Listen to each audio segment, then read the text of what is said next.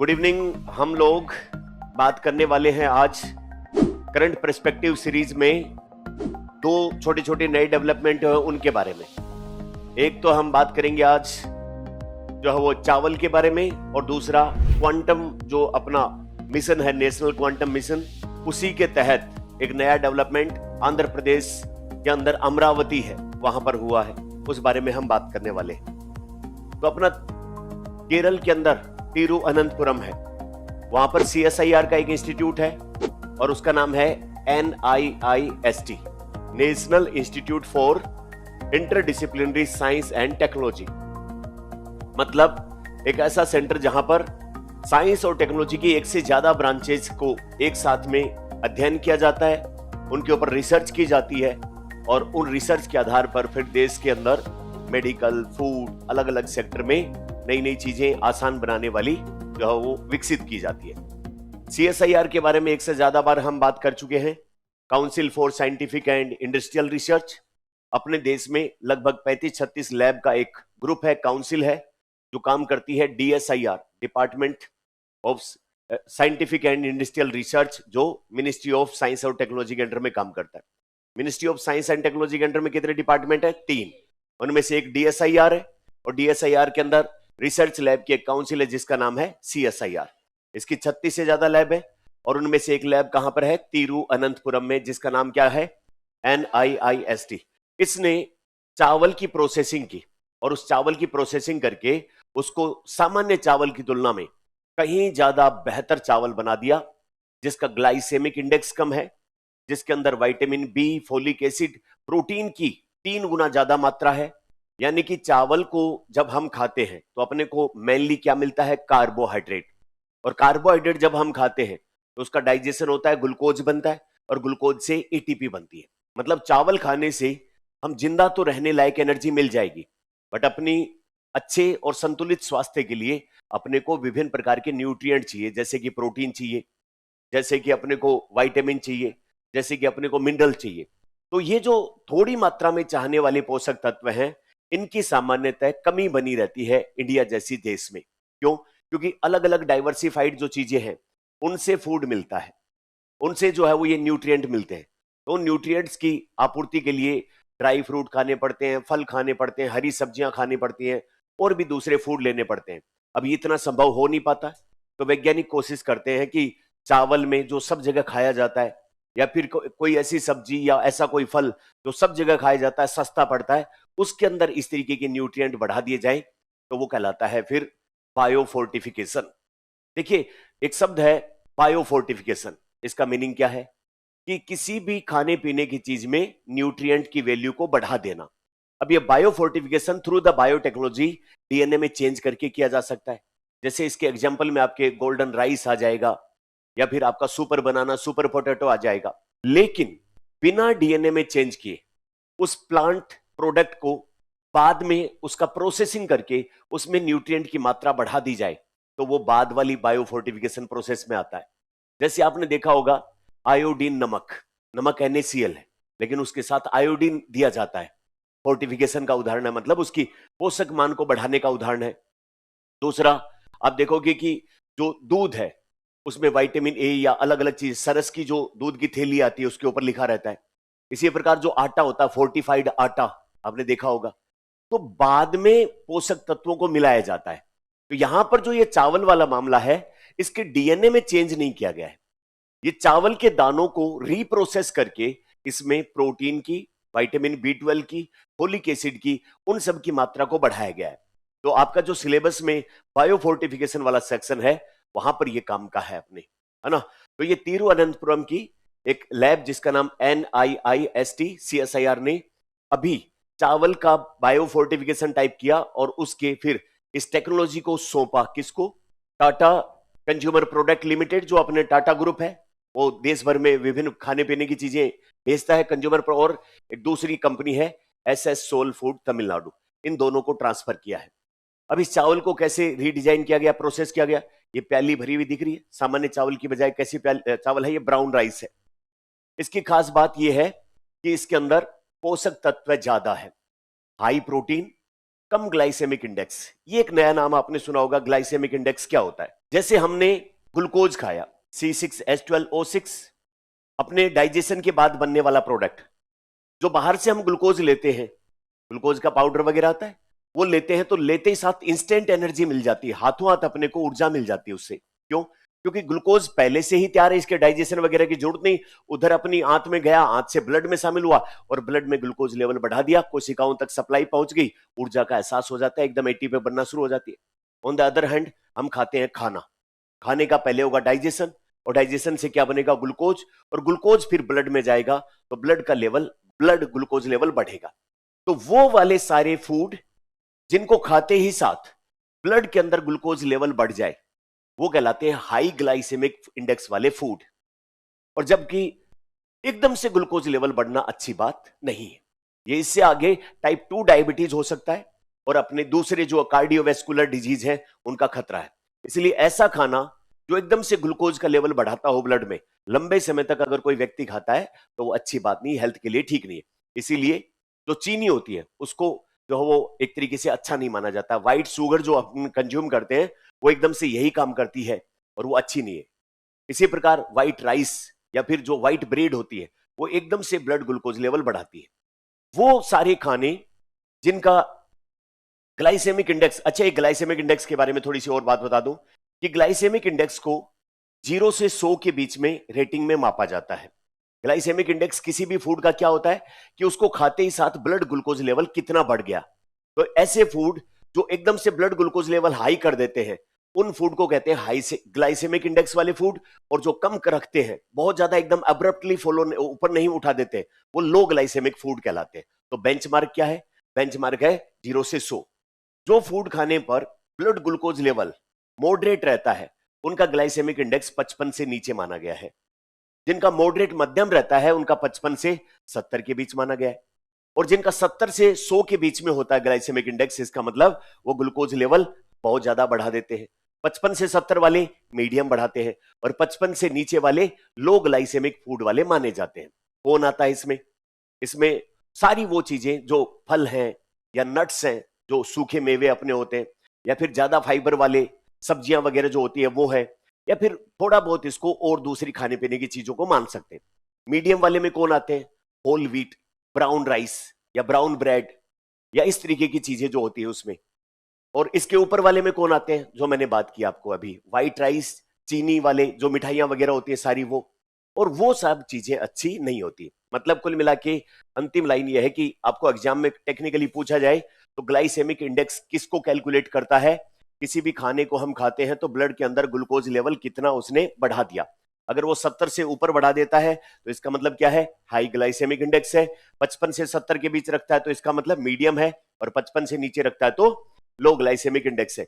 तो कैसा फूड खाना चाहिए हमें? लो ग्लाइसेमिक इंडेक्स हो जिसका, उस फूड को खाएं तो हमारा स्वास्थ्य लॉन्ग टर्म में अच्छा बना रहता है ना। तो ये जो चावल है इसका लो ग्लाइसेमिक इंडेक्स रहेगा, मतलब 55 से नीचे रखिएगा ये इसको, है ना। इसकी अच्छी बातें क्या है? हाई प्रोटीन, सामान्य जो चावल में प्रोटीन होती है उससे 3 गुना। दूसरा, ग्लाइसेमिक इंडेक्स लो। अच्छा, इसमें सामान्य जो अनाजों की तुलना में 3 गुना 20 से 22 ग्राम % प्रोटीन ज्यादा, ग्लाइसेमिक इंडेक्स लो रहेगा। इसके अलावा इसमें विटामिन B12, फोलिक एसिड और आयरन की मात्रा ज्यादा रहेगी, है ना। अब इसको जो चावल को बनाया है CSIR की इस लैब ने, क्या इसके DNA में चेंज किया है? नहीं। इस चावल के जो चावल के दाने थे उनकी प्रोसेसिंग की और उनके ये जो कंपोनेंट है उनको अलग करके और फिर दोबारा से उनका रेशियो तैयार किया है। मतलब जो चावल नेचुरल था उसको तोड़ फोड़ करके उसका पाउडर बना के उसको वापस जोड़ के चावल बनाया है, यानी कि उसके DNA में चेंज नहीं किया। तो क्या ये GMO है? क्या ये GMO में काउंट नहीं होगा। ये प्रोसेसिंग यानी कि आफ्टर निकालने के बाद प्रोसेसिंग में आता है, फूड प्रोसेसिंग वाले काउंट किया जाएगा, है ना। ये जो उन लोगों के लिए बिल्कुल फिट रहेगा जिनको डायबिटीज की समस्या है या फिर प्रोटीन की कमी है या फिर माइक्रोन्यूट्रिएंट की कमी है, उन सबको पूरा करने के लिए एकदम सही रहेगा। क्योंकि टाइप 2 डायबिटीज वाले लोगों को लो ग्लाइसेमिक फूड खाने की सलाह दी जाती है ताकि उनका ब्लड ग्लूकोज लेवल कंट्रोल में रहे, है ना। इस डिजाइनर चावल के विकास के लिए डॉक्टर C आनंद रामकृष्णन को टाटा इंस्टीट्यूट की तरफ से, क्योंकि टाटा ग्रुप को इन्होंने सौंपा है, उनकी तरफ से कौन सा टाटा ट्रांसफॉर्मेशन पुरस्कार दिया गया है। ये क्या पुरस्कार है? 2022 में टाटा ग्रुप द्वारा न्यूयॉर्क साइंस एकेडमी के साथ मिलकर यह पुरस्कार चालू किया गया और इसमें 3 वैज्ञानिकों को अलग अलग क्षेत्र में, जिसमें प्रीफरेबली फूड में, एग्रीकल्चर में और एक और इसके साथ सेक्टर होते हैं अदर, उसके अंदर ये पुरस्कार दिए जाते हैं। साल में कितने? 3। पैसे भी अच्छे खासे, 2 करोड़ रुपए। कितने? 2 करोड़ रुपए देते हैं ये प्रत्येक वैज्ञानिक को। तो इसलिए अच्छी बात है। 2022 में शुरू हुआ ट्रांसफॉर्मेशन पुरस्कार। कौन देता है? टाटा ग्रुप। किसके साथ मिलकर? न्यूयॉर्क साइंस एकेडमी के साथ मिलकर। प्रत्येक साल जो वो 3 वैज्ञानिकों को मिलता है और राशि कितनी है? 2 करोड़ रुपए, है ना। तो डॉक्टर सी आनंद रामकृष्णन को यह मिला किस बात के लिए? ये जो चावल है उसको प्रोसेस करने के लिए। ठीक है। अच्छा, एक चीज और, जो पिछले दिनों हमारे कृषि मंत्री श्रीमान शिवराज सिंह जी चौहान ने देश को 2 चावल की नई किस्में और जो है वो समर्पित की थी। और चूंकि हम चावल की बात करें तो इनके बारे में भी हम बात करें। अपने बायोटेक्नोलॉजी के अंदर जीनोम एडिटिंग पढ़ते हैं हम, और जीनोम एडिटिंग में जो टेक्निक काम में लेते हैं वो कौन सी पढ़ते हैं? क्रिस्पर कैस9। इसको काम में लेते हैं। तो इसी क्रिस्पर कैस9 का उपयोग किया टेक्निक का, और अपने देश में चावल की 2 किस्में, एक किस्म का नाम था सांबा महसूरी और दूसरी किस्म का नाम था MTU 1010।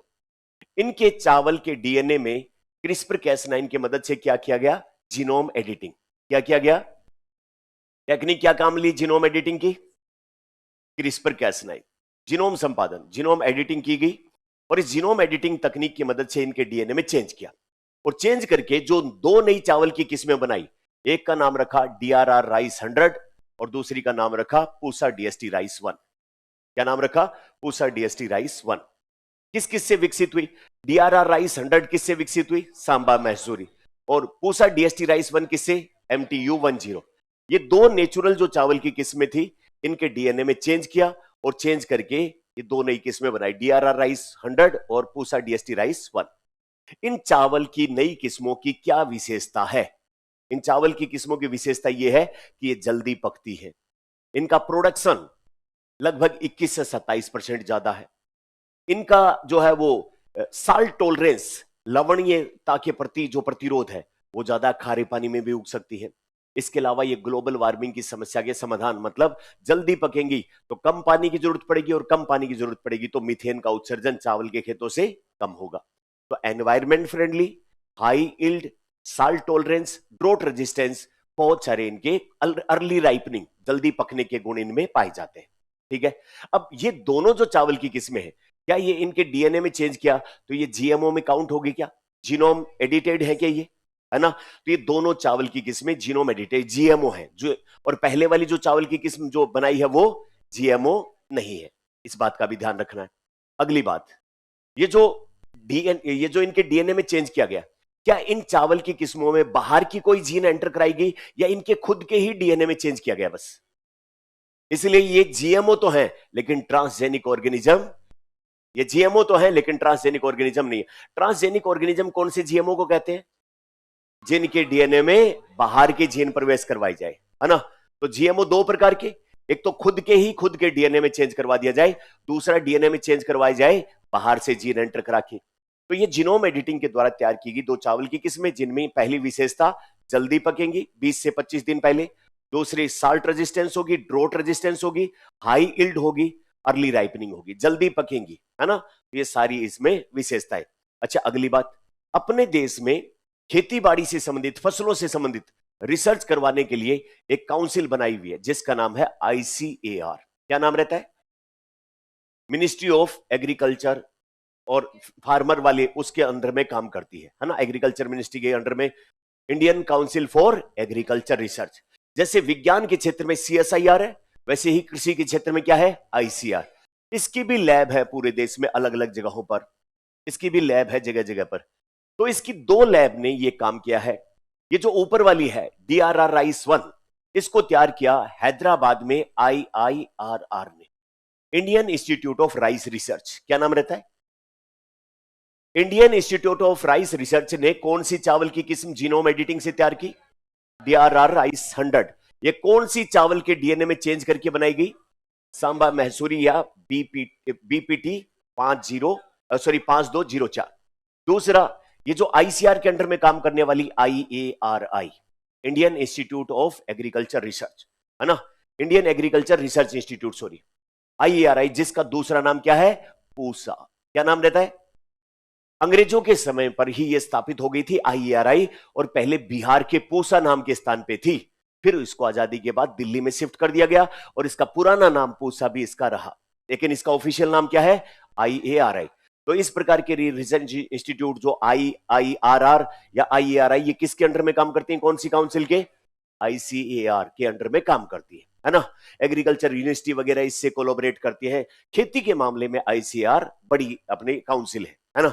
तो ये आईआरआई ने कौन सी, पूसा, जैसे इसका नाम है पूसा, पूसा डीएसटी राइस 1, इसके डीएनए में चेंज करके MTU 1010। आगे बात समझ। तो चावल की बात हो रही थी, तो एक तो वो चावल जो प्रोसेसिंग करके बनाया गया, ये चावल जो डीएनए में चेंज करके बनाया गया। तीन ही प्रकार के चावल चर्चा में। एक पहले हमने असम का जोहा चावल, जिसके पास जियोग्राफिकल इंडिकेशन वाला है ना, उसके बारे में बात की थी। तो ये बात, उसके बाद में दूसरी खबर की ओर बढ़ते हैं। दूसरा है कि देश के अंदर पहली ओपन एक्सेस, ओपन एक्सेस का मतलब जहां पर बहुत सारे लोगों की एंट्री है, रेस्ट्रिक्टेड नहीं है। एक्सेस का मतलब क्या होता है, प्रवेश जिसका होता है, तो इसका मतलब ओपन एक्सेस है। किसके बारे में, क्वांटम रेफरेंस फैसिलिटी। अपने देश में एक क्वांटम कंप्यूटिंग, क्वांटम फिजिक्स या क्वांटम से रिलेटेड रिसर्च को आगे बढ़ाने के लिए क्वांटम मिशन चल रहा है, नेशनल क्वांटम मिशन, जिसका उद्देश्य क्या है, क्वांटम कंप्यूटिंग, क्वांटम कंप्यूटिंग में काम में आने वाले हार्डवेयर और उपकरण, और साथ में नेटवर्किंग, जो क्वांटम कंप्यूटिंग या क्वांटम फिजिक्स बेस हो, उसके ऊपर काम चल रहा है। अच्छा, सामान्य कंप्यूटिंग से क्वांटम कंप्यूटिंग कैसे अलग होती है? क्योंकि सामान्य कंप्यूटिंग में 1-0 बाइनरी कोड काम करता है और यहां पर क्यूबिट काम करता है, जहां 0 और 1 संभावना एक साथ होती है। परंपरागत कंप्यूटिंग की तुलना में क्वांटम कंप्यूटिंग हजारों लाखों गुना ज्यादा तेजी से प्रोसेस करती है। उनकी जो पावर होती है कैलकुलेशन की, प्रोसेसिंग की, वो बहुत ज्यादा होती है। कितनी ज्यादा होती है? बहुत ज्यादा होती है ना।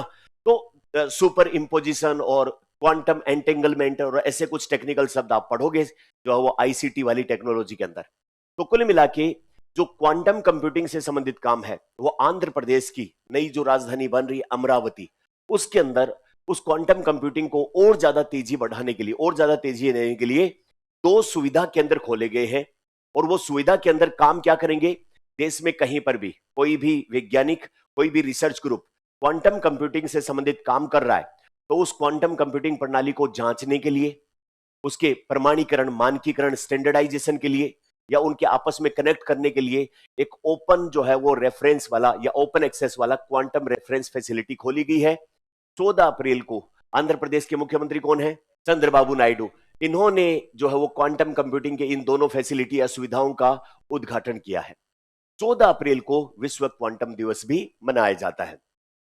जो 2 फैसिलिटी खोली गई है क्वांटम कंप्यूटिंग वाली, पहली है नीरूकोंडा, उसके अंदर यूनिवर्सिटी है जिसका नाम क्या है, SRM यूनिवर्सिटी। उसके अंदर SRM जो है वो 1S, और दूसरा अमरावती के अंदर है गन्नावरम। पहली उसकी कॉलोनी का क्या नाम है, नीरूकोंडा, और दूसरी कॉलोनी का नाम है गन्नावरम। नीरूकोंडा में कौन सी यूनिवर्सिटी है, SRM यूनिवर्सिटी, और गन्नावरम में कौन सा है, मेगा टावर्स, है ना।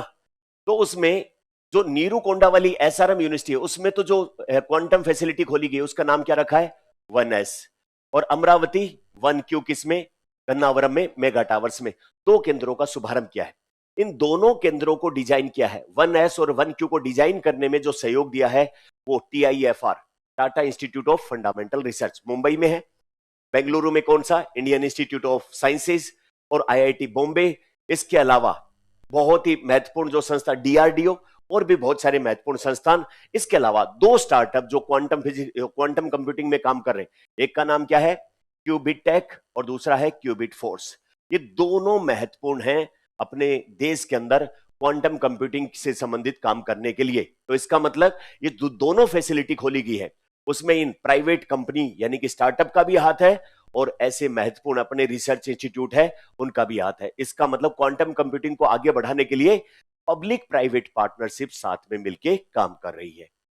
यहां पर उद्देश्य क्या है इसको ऐसी सुविधा खोलने का, शोधकर्ता कंपनियों को क्वांटम हार्डवेयर का परीक्षण करना, प्रमाणीकरण करना, यानी कि एक ऐसा इकोसिस्टम तैयार करना जिसमें क्वांटम कंप्यूटिंग से संबंधित डिजाइन से लेकर अंतिम यूज तक की सारी सुविधाएं एक साथ में उपलब्ध हो जाएं। तो आंध्र प्रदेश की राजधानी अमरावती में क्वांटम मिशन के तहत ये पहली क्वांटम वैली के रूप में भी जाना जाता है, क्योंकि अमरावती अपन जानते हैं साइंस और टेक्नोलॉजी के मामले में इंडिया में नॉर्थ इंडिया के बजाय किधर ज्यादा है, साउथ इंडिया में ज्यादा इसका जो है वो, और ये गैप और बढ़ता जा रहा आश्चर्यजनक रूप से। तो हे नॉर्थ इंडिया के महान विद्यार्थियों, थोड़ा सा विज्ञान के क्षेत्र में भी अपने भाई बंधु परिवारजनों को कहें कि अग्रसर हो, नहीं तो अपने हिस्से में सिर्फ क्या आ जाएगा, बस ये बातें कहने सुनने की जो है वो बातें रहेंगी।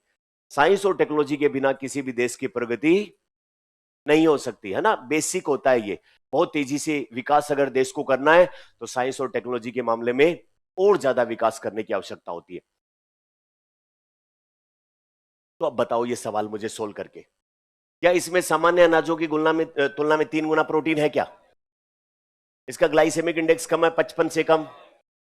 इसको जेनेटिक फोलिक एसिड पाया जाता है, विटामिन बी की कमी होती है क्या? कितने कथन ठीक है? अगला बताओ, अमरावती में क्वांटम रेफरेंस फैसिलिटी के संदर्भ में कथनों पर विचार करो। करो विचार। पहला, यह भारत की पहली ओपन एक्सेस क्वांटम परीक्षण सुविधा है, पहली है, कर दिया विचार। एन चंद्रबाबू नायडू ने किया इसका उद्घाटन। विकास केवल निजी कंपनी